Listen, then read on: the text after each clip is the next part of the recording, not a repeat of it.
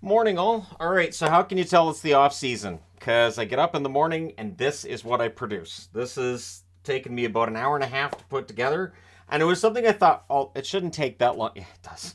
So, looking at Stanley Cup champions from 1980 until this year, and one question that comes up a lot, and I know I did a power rankings of the Stanley Cup champions at one point years back, and people got mad. They were like, well, this power, you're wrong because this team should be here, this team should be here, and clearly this team's in the wrong spot because they had this player, and this team, was an underdog, so they should be ranked higher, and it just got crazy. So I haven't tried it again.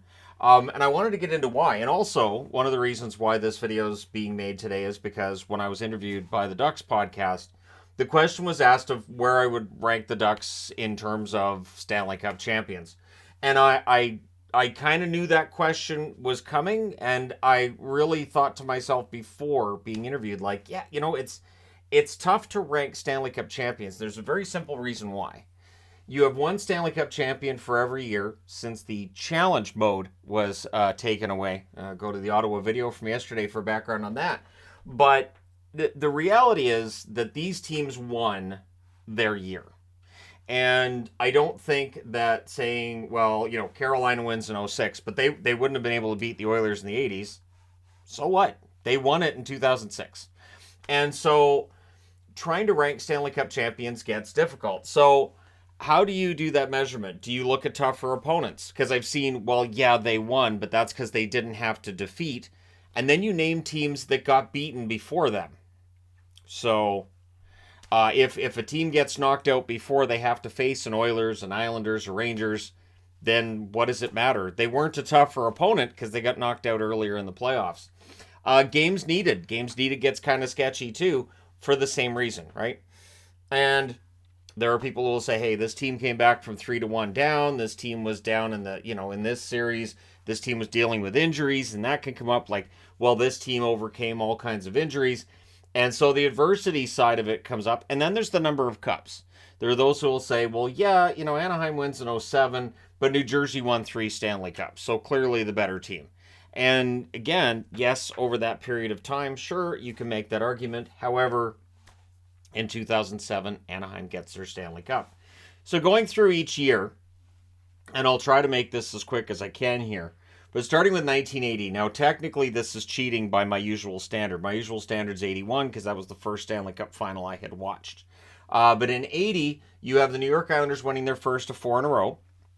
5 Hall of Famers on their roster, and that was true for all 4 years. So 5 Hall of Fame talents. And when you get into Hall of Fame talents, I guarantee you there will be people in the comment section saying, well, yes, this team only had this amount of Hall of Famers. However, these players should be in, and they didn't because I guess Lanny McDonald doesn't like them or whoever, right? So it's 4 cups in a row for the New York Islanders. They win 15 games to win that Stanley Cup, and it was 15 games needed to win the Stanley Cup until '86. '87, we had 4 wins needed to win each round. Up until then, you needed 3 wins to get out of the first round. The NHL made it best of 7 because they felt there were too many upsets going on, and also to make more money. So that first Stanley Cup, they win the final 4-2 over Philadelphia. There were no Game 7s needed to get to that Stanley Cup win. And they were 5th overall in the National Hockey League. The Islanders before that had been close but no cigar, and in 1980, the addition of Butch Goring put them over the top, and Goring, not in the Hall of Fame. '81, they lost 3 games that entire run to the Stanley Cup final. They win in the final 4-1 over the Minnesota North Stars, a series that was never in doubt. There were no Game 7s needed, and they were first in the National Hockey League, so there was absolutely no tension. It was just, so the Islanders, here's your Stanley Cup. It's only game 1 of the first round. Doesn't matter. Just here you go. Take it. Then when you guys officially win it, you can carry it around the ice. Just no carrying it until then. 1982, they only needed 19 games. They were 15-4. So from 15-6 to 15-3, 15-4, and they win the Stanley Cup final in 4 straight over the Vancouver Canucks. No Game 7s needed. They did have a 5-game first round against Pittsburgh. So that was a 3-2. So that is as close to a Game 7 as you get. It's a Game 5 because, again, best of 5 in the first round. and they were first in the National Hockey League. So that's 2 years in a row the Islanders were first overall, and 2 years in a row that they win that Stanley Cup while being first overall. 1983, they had a rough go of it early in the season, but then they turned it on late, and they win their fourth Stanley Cup in a row. They were 15-5. They swept the final again. So as a kid, I watched the Stanley Cup final where it's 4-1, then 4-0, then 4-0. I thought the Stanley Cup final was anticlimactic at that point. No Game 7s needed for the Islanders that year. They were 6th overall in the National Hockey League. And then the changing of the guard happens in 1984. So you have an Edmonton Oilers team with 7 Hall of Famers. They went 15-4 to that Stanley Cup win, and they won in 5 games, 4-1 against the New York Islanders in the final. So a rematch in the final, and this time it's a reverse. Edmonton wins. The Islanders were just out of gas. 19 straight series wins will do that. So the Oilers did have a Game 7 in the second round against Calgary. That was an absolutely tremendous series. But the Oilers were first overall in the NHL, and once they beat Calgary, they only lost 1 game the rest of the playoffs, and that was against the New York Islanders. So there you go. 1985, the Oilers win it again. They were 15-3 that run to the Stanley Cup. They won the Stanley Cup final 4-1 over the Philadelphia Flyers. Again, 7 Hall of Famers. They have 7 Hall of Famers up until 88 when they had 6 because Paul Coffey was gone. But in 85, there were no Game 7s needed, and they were second in the NHL. So they were second behind Philly that year. I know they were behind Philly. Yeah, Philly was first overall in the NHL that year. So anyways, 86 comes around, and the Montreal Canadiens win. How? Because Calgary knocks out the Edmonton Oilers in the second round. The Steve Smith goal, right? So the Montreal Canadiens had 5 Hall of Famers. They had a record of 15-5, so tied with the Islanders for that. Final was a 4-1 series win over Calgary. So the Flames get all the way to the final. Game 7 was needed in round 2 against the Hartford Whalers by the Montreal Canadiens. Montreal was 7th in the NHL that year. It was a bit of a surprise they won that Stanley Cup.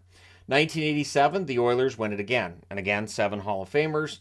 They were 16-5, so that's the first time a team needed 16 games to win the Stanley Cup. And the Stanley Cup final went to 7 games against the Philadelphia Flyers. Great series. Hextall wins the Conn Smythe in a losing cause. That was the only Game 7 needed, and the Oilers were number 1 overall in the NHL. So of their 3 Stanley Cups to that point, they've been first overall twice. They would not be first overall and win another Stanley Cup, but they do win another Stanley Cup, and it's 1988, making it 4 cups in 5 years. 6 Hall of Famers, as mentioned. Paul Coffey moved on, but they went 16-2 in that run to the Stanley Cup. The Stanley Cup final was a 4-game sweep against Boston. It's like Edmonton just didn't have any time to waste. You know, we got stuff to do. So no Game 7s, obviously. They only lost 2 games in the playoffs, and they were 3rd overall in the NHL. So once the playoffs rolled around, didn't matter, they were 3rd, they won it. 1989, Calgary wins, to date, their only Stanley Cup.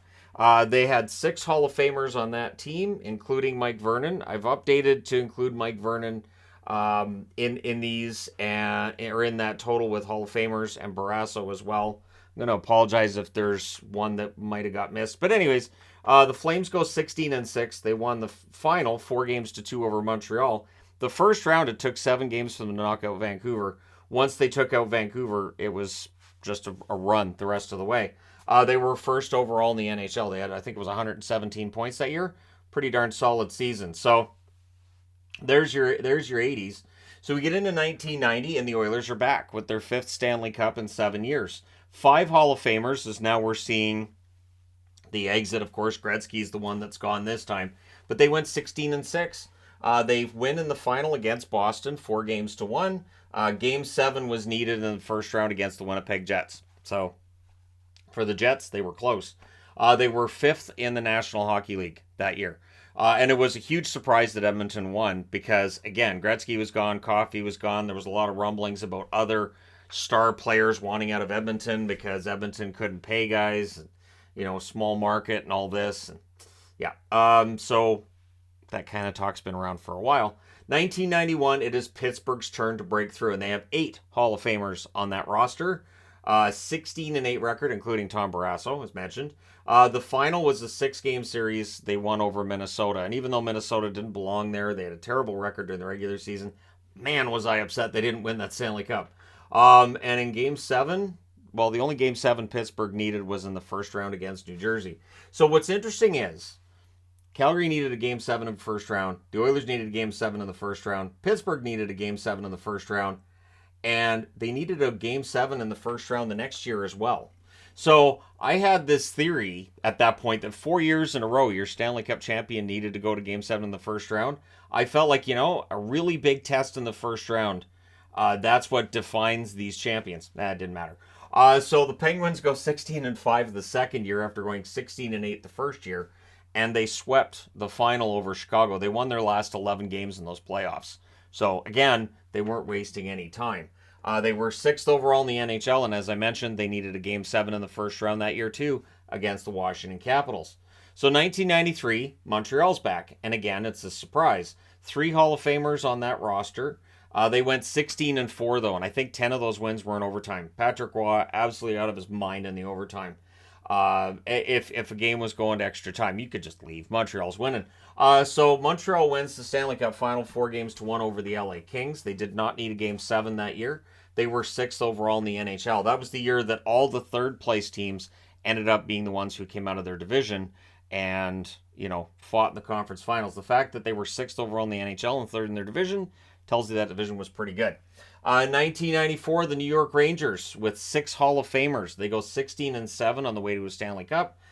They win the final 4-3 over the Vancouver Canucks. They also needed a Game 7 in the conference finals against New Jersey. Now, they were a team that was 1st overall in the NHL, but definitely made it exciting when they won that Stanley Cup.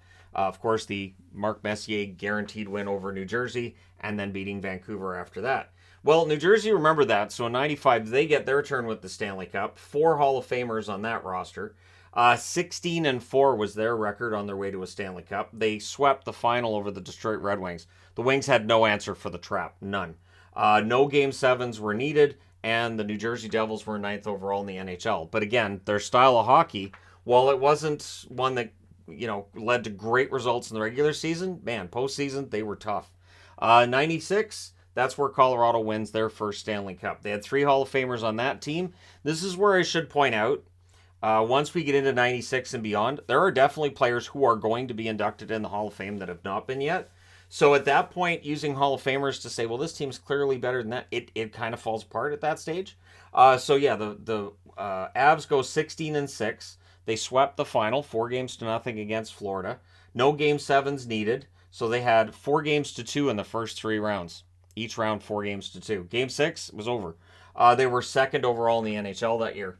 1997, Detroit finally gets their first cup since, I believe it was 1955, since their last Stanley Cup. 8 Hall of Famers on that roster. They went 16-4, and this time they sweep the Stanley Cup final over Philadelphia in the midst of what would be 4 years in a row that the Stanley Cup final is a sweep. So when people talk about, this Stanley Cup final is terrible, this is just, this is, the NHL is stupid. Yeah, well, we definitely had Stanley Cup finals that were anticlimactic in the 90s. No Game 7s needed for that Red Wings team. They were 5th in the National Hockey League, and they enjoyed the sweep in the final in 97 so much they did it again in 98, this time against the Capitals. So there were 7 Hall of Famers on that Detroit team. 16-6 record, no Game 7s needed there either, and 3rd overall in the NHL. So back-to-back seasons with the Stanley Cup. And it felt like Detroit was the first example of a team that took their foot off the gas during the regular season to save a little bit of energy for the playoffs. And whether that was accurate or wasn't, it just seemed like once they stopped obsessing on how many points they could get in the regular season, suddenly they were a Stanley Cup champion. 1999, Dallas gets, to date, their only Stanley Cup. 6 Hall of Famers on that roster, a 16-7 record. The final, of course, they win 4-2 against Buffalo. No controversy there.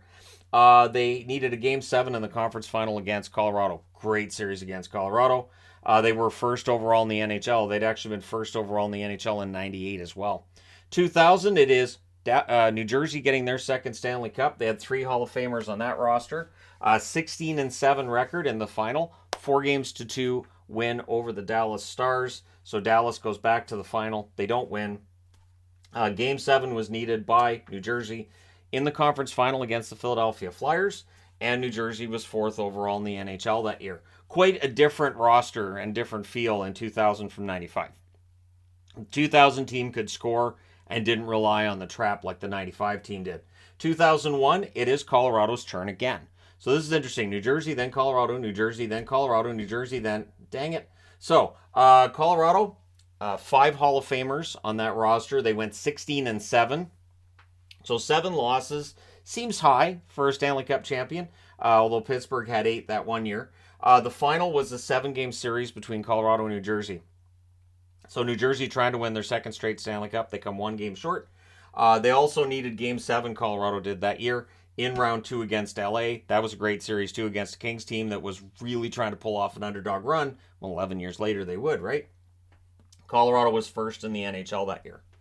So, President's Trophy winners. 2002, a President's Trophy winner wins it again. It's the Detroit Red Wings, 9 Hall of Famers. And again, there may be others from that team that have yet to be inducted and could end up being Hall of Famers at some point.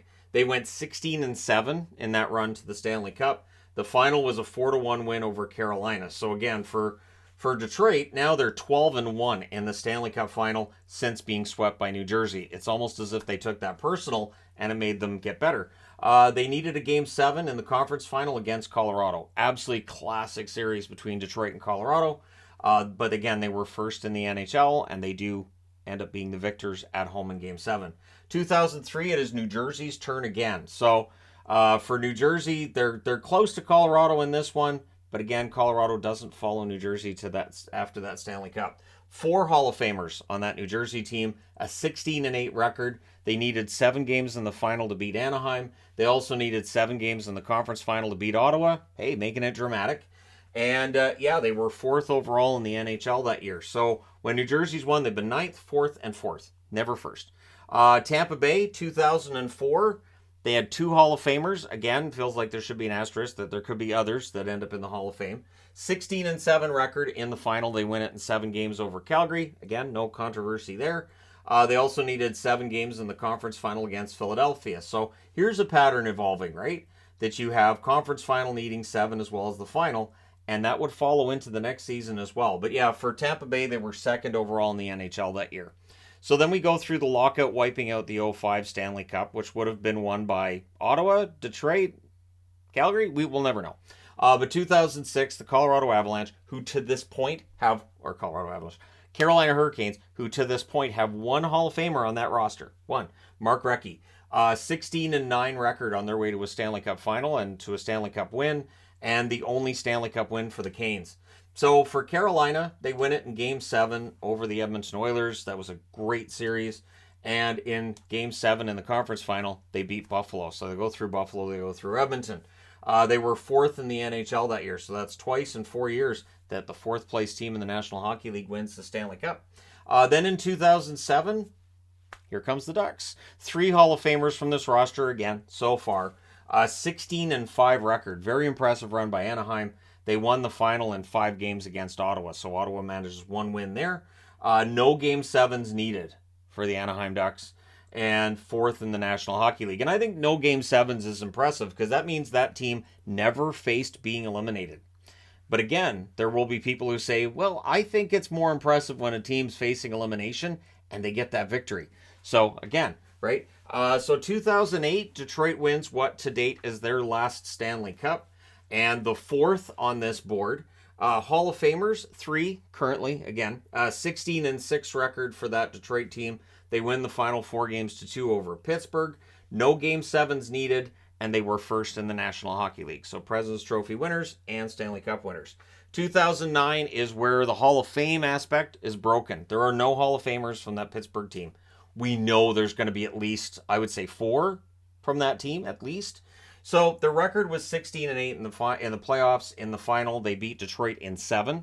So take 7 games there. They also needed 7 games in round 2 against the Washington Capitals. And for Pittsburgh, they were 8th overall in the National Hockey League that year. So it was a bit of a surprise, kind of, sort of, and yet they'd been in the final the year before as well. 2010, Chicago, after knocking on the door a little bit in 2009 and 2008 and 2009, they win the Cup in 2010. To this point, that Chicago dynasty has 1 Hall of Famer. I said dynasty because people say it anyways. But Hossa is the 1. that is retired and is in the Hall of Fame. We know Taves is going to get there. We know Kane is going to get there. And then it's debatable about everybody except probably Keith is going to get there too, right? So for Chicago, 16-6 record. The Stanley Cup final, they win over Philadelphia 4-2. No Game 7s needed for them either. They were third overall in the National Hockey League that year. 2011, it is Boston winning their first and only one on the board. Hall of Famer, one Hall of Famer, Mark Recchi. 16-9 record for Boston that year. They needed game 7 3 times. The only time they didn't was against Philadelphia, where they swept them. They win in Game 7 over Vancouver in the final. They beat Tampa Bay in the conference final and Montreal in round 1. All of those Game 7s. They were 7th in the NHL, so they like the number 7. Then we get to the LA Kings. Again, no Hall of Famers to this point from that Kings team. There may be some players who get to the Hall of Fame. Maybe Kopitar, maybe Doughty, Quick, etc., etc., etc. Record, 16-4. What an amazing run by the Kings.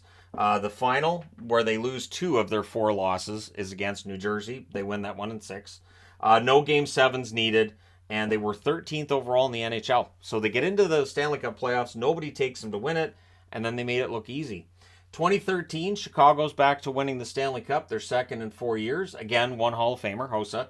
16-7 record. They win in Game 6 against Boston to knock them out in 6 in the final. They needed a Game 7 in round 2 against Detroit. So this is where the Detroit Red Wings are thinking, well, we're still close. We can keep going out and getting players to stay in the playoffs, while Detroit fans were yelling at the time, we need a rebuild. So they were first in the NHL, those Blackhawks. That was a lockout-shortened season. And yeah, Chicago looked unstoppable through most of it. 2014, it is the Kings back with a Stanley Cup. Hall of Famers, again, there's none from that team because most of them are still playing. 16-10 was their record. In the final, they win it in 5 against the Rangers, which is good because they had to be tired. They needed Game 7 in each of the first 3 rounds against San Jose, Anaheim, and Chicago in that order. So the LA Kings, 9th overall in the NHL, a better standing and a better record than what they had in 2012, but they had a much more difficult time of getting there. 10 losses is tied for the most on the board for a team with Stanley Cup playoffs. But again, if I'm ranking teams and I say, well, this team needed 26 games, this team needed 21, somebody's going to chime in and go, well, yeah, but that Ducks team is not actually better than that Kings team because, see, you've got these players and this, and that's where it gets dicey. 2015, Chicago, again, one Hall of Famer, Hossa. They go 16-7 that year. They win in the final in 6 games against Tampa Bay. They needed Game 7 in the conference final against Anaheim. So you almost had a Game 7 in both the conference final and the final. They were 7th in the NHL that year. So 3rd, 1st, 7th. This was maybe a mild surprise in 2015 that they win it again, but it's Chicago. 2016, Pittsburgh is back at the top of the heap. No Hall of Famers, again, showing that that's the stat that's kind of broken for measuring teams. 16-6 is the record that year. In the final, they win in 6 games over San Jose. That one really wasn't in doubt either. They did need Game 7 in the conference final against Tampa Bay. And this is where the narrative starts to become, so Stamkos doesn't show up in Game 7s, does he? And, of course, now Stamkos has two rings, so he can just plug his ears if you want to talk to him about Game 7s. For the Penguins, they were 4th overall in the NHL in 2016, win themselves a Stanley Cup. They enjoyed it so much they did it again in 2017. They went 16-9, so more dramatic flair there. Although the final goes to 6 games again where they beat Nashville, Pekka Rinne just wasn't very good against Pittsburgh in Pittsburgh. They needed a Game 7, the Penguins did, against Ottawa in the conference final. So Ottawa really close there to potentially winning a Stanley Cup. And round 2, they needed a Game 7 as well against Washington. So while Pittsburgh was second in the NHL behind Washington, it was not an easy run to the Stanley Cup that year. 2018, it is Washington's turn. Again, no Hall of Famers because they're all still playing. 16-8 record, and in the final, they beat Vegas 4-1. So it just takes 5 games to dispatch Vegas that year. They needed Game 7 in the conference final again against Tampa. So once again, Stamkos, where is he in Game 7s? He doesn't show. He's not in Game 7s.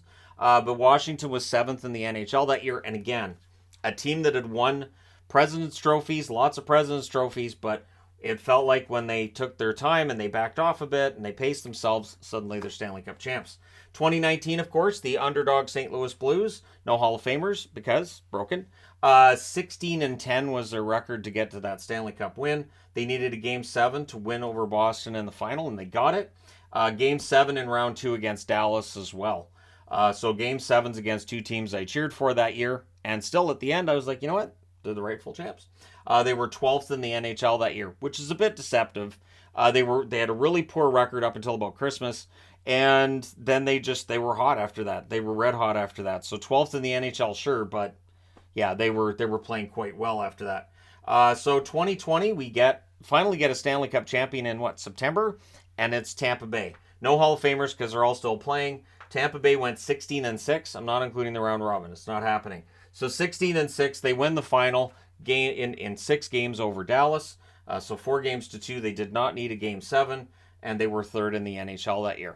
2021, they win it again. Again, no Hall of Famers because they're all still playing. They went 16-7, so they needed one more game to win the Stanley Cup in 2021 than 2020.